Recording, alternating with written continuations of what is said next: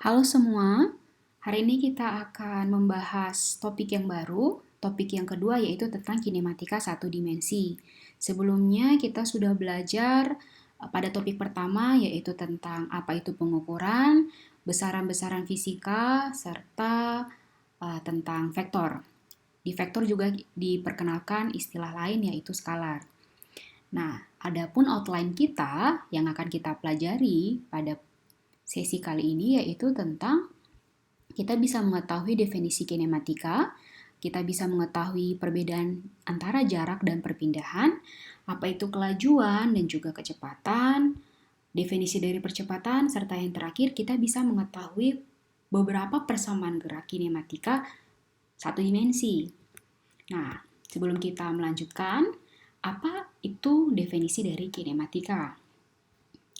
Kinematika merupakan kajian matematis tentang gerak suatu partikel atau objek tanpa memperhatikan penyebab objek tersebut bergerak. Di sini yang saya beri warna merah itu merupakan keywordnya, bahwa ketika suatu objek bergerak tanpa memperhatikan penyebab objek tersebut bergerak, maka itu dikatakan dengan kinematika. Contohnya adalah buah kelapa yang jatuh ke tanah, itu termasuk ke dalam kinematika. Selanjutnya adalah vektor posisi dan perpindahan. Apa itu posisi? Posisi merupakan suatu kedudukan benda atau partikel yang ditempatkan terhadap suatu posisi relatif terhadap acuan. Nah, di sini kita misalkan ada suatu objek atau partikel, kita sebut saja P. P ini terletak pada suatu koordinat sumbu X, Y, Z dengan vektor posisinya adalah negatif 3i dan juga pada sumbu Y itu adalah plus 2J dan ditambah 5K. Nah, nanti resultannya itu untuk vektor posisinya kita beri misalnya di sini adalah vektor posisi P, seperti itu. Nah, yang tadi vektor posisi P yang kita sudah jelaskan yang tadi. Selanjutnya, vektor posisi masih lanjutannya lagi, apa itu perpindahan dan jarak? Perpindahan adalah perubahan posisi akhir dan posisi awal, sedangkan jarak merupakan panjang lintasan yang ditempuh partikel.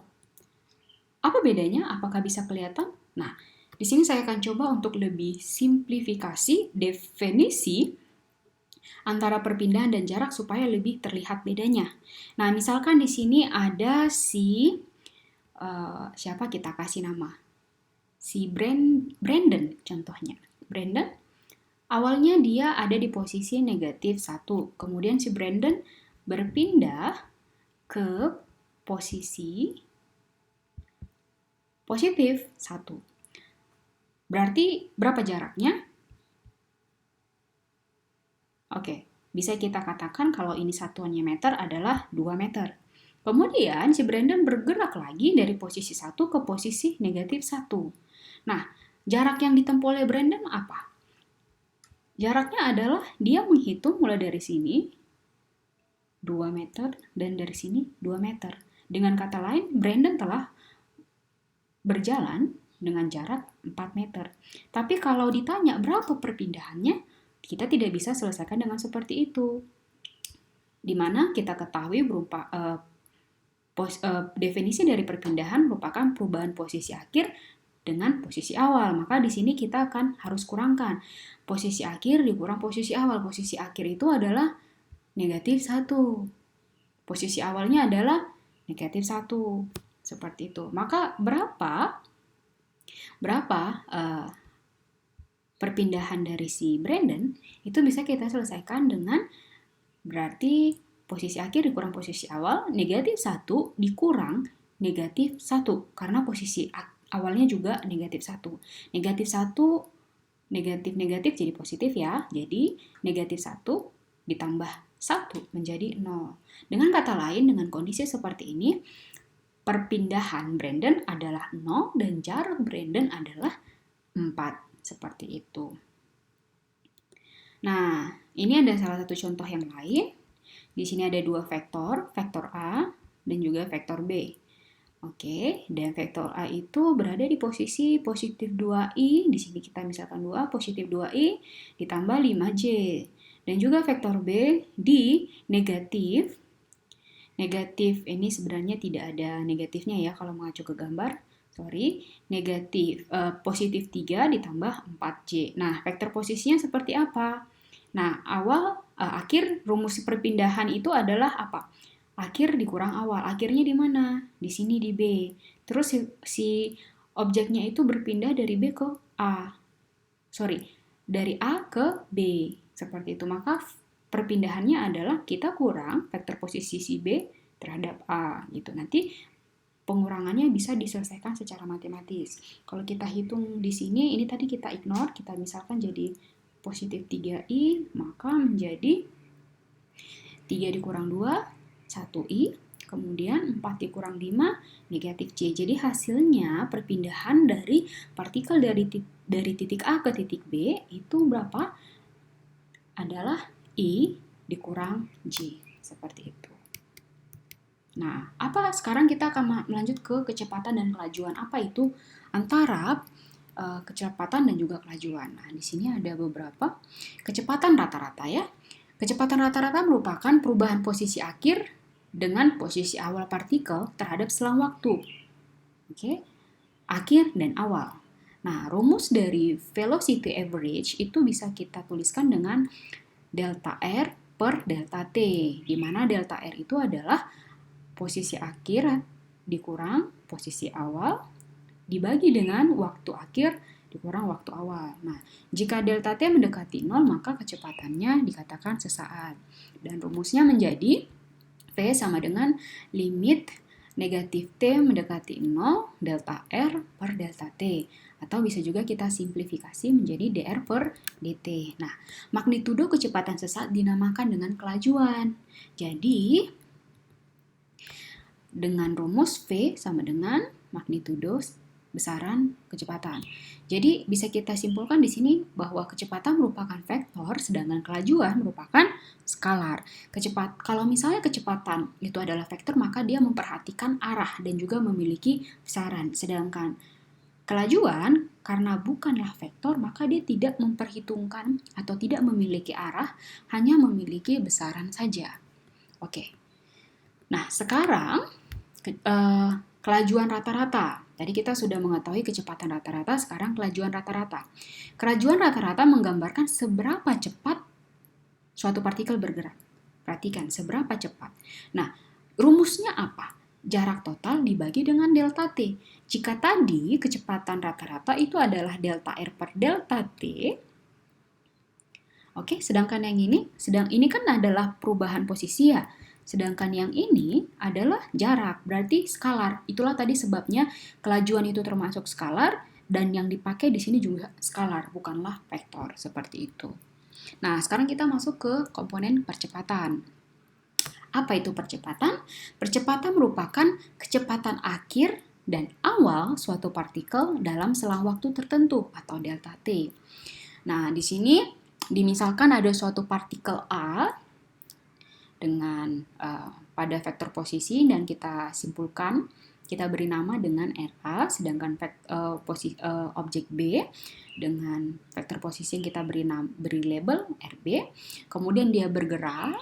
Oke, di sini kita misalkan kecepatan objek A FA dan di sini FB. Selanjutnya, kalau kita proyeksikan, kita gambarkan supaya lebih simpel. Nah, FB itu bergerak ke sini. Oke? FA itu bergerak ke sana. Tapi kalau saya balikkan ke sana, itu kan bisa kan? Saya ubah ke sana. Oke? Supaya kemudian nanti hasil resultannya itu kita buat di sini. Oke? Nah, dengan kata lain, kita bisa juga turunkan rumusnya itu menjadi acceleration atau A ini acceleration ya, percepatan rata-rata delta V per delta T, dan itu sama juga dengan kecepatan akhir dikurang kecepatan awal per waktu akhir dikurang waktu awal. Seperti itu. Nah, jika delta T sangat kecil atau mendekati 0, maka percepatan rata-rata menjadi percepatan sesaat. Nah, di sini kita bikin percepatan, rumusnya percepatan sama dengan limit delta T mendekati 0 merupakan delta V per delta T atau bisa juga disimplifikasi menjadi dV per dt. Nah, dengan catatan seperti ini. Percepatan bernilai positif atau negatif menunjukkan arah. Jadi, kalau misalnya ada A sama dengan 5 meter per second atau negatif 5 meter per second, itu bukan berarti yang negatif dia lebih diperlambat 5 meter per second. Bukan. Tanda positif dan negatif hanya menunjukkan arahnya saja, bukanlah menunjukkan besarannya gitu. Jadi dipercepat atau diperlambat, bukan. Oke? Nah, di sini percepatan bernilai positif atau negatif menunjukkan arah, bukan memperlihatkan kelajuan yang semakin bertambah atau berkurang. Nah, sama seperti yang saya sebutkan tadi. Nah, di sini kita bikin supaya gampang diingat semuanya ya, rangkumannya.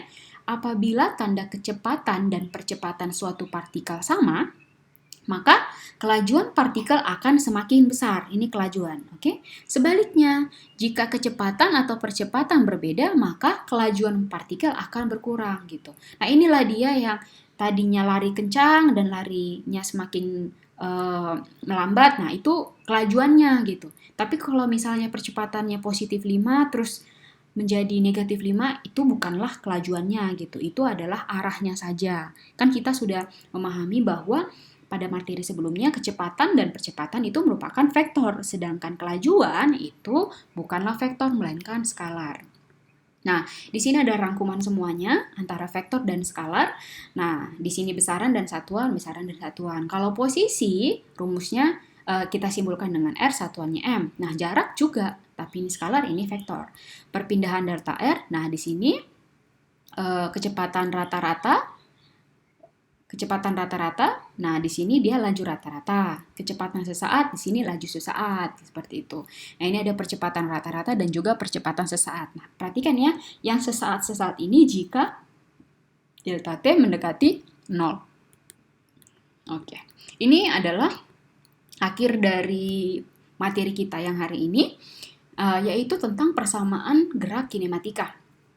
Kecepatan sesaat sudah dibahas tadi bahwa V sama dengan dr per dt, atau vektor posisi akhir dikurang awal. Posisi akhir pada saat T akhir dikurang posisi pada saat T awal. Nah, di sini maka kecepatan sesaatnya bisa juga kita selesaikan dengan integral. Integral T mulai dari benang batas bawah 0 sampai T untuk fungsi V terhadap T dt. Nah, percepatan sesaat itu A sama dengan dV per dt, di mana ini kalau misalnya kita jabarkan kembali, dV per dt itu sama saja dengan V akhir dikurang V pada fungsi V pada T akhir dikurang V pada T awal, atau ini bisa juga kita buat seperti ini, integral T0 sampai T fungsi percepatan terhadap T dt. Nah, analisa terhadap A akan konstan jika syarat batasnya itu adalah T0 sama dengan 0 second. Nah, vektor posisi R pada T awal itu sama dengan R0 dan juga V, T0 dan juga V0. Nah, rumusnya itu bisa kita turunkan seperti ini. Yang pertama, fungsi kecepatan terhadap T sama dengan V awal ditambah percepatan dikali T. Sedangkan vektor posisi itu sama dengan R0 ditambah V0 dikali T ditambah setengah A dikali T kuadrat. Nah, di mana A itu, jika itu gerak jatuh bebas, berarti dari atas ke bawah seperti itu dikasih simbol dengan negatif G pada posisi sumbu J, di mana G adalah percepatan gravitasi. Percepatan gravitasi masih ingat kan? Kita pakai 9,8 meter per second kuadrat, atau beberapa kasus kita bisa pakai 10 meter per second kuadrat. Nah, oke. Di sini adalah akhir dari materi kita. Adapun daftar pustaka dari materi tersebut diambil dari 3 sumber ini, dari Bapak Abdullah, dari Pak Mikrajudin Abdullah, Halide Resnik, dan juga Halide Resnik dengan versi yang ke-10. Nah, oke. Nah, di sini ada beberapa soal kita akan bahas pada sesi berikutnya. Ada 3 soal dan juga beberapa materi. Oke? Oke. Terima kasih untuk pertemuan hari ini. Tetap sehat-sehat selalu. Sampai ketemu pada sesi berikutnya. Terima kasih.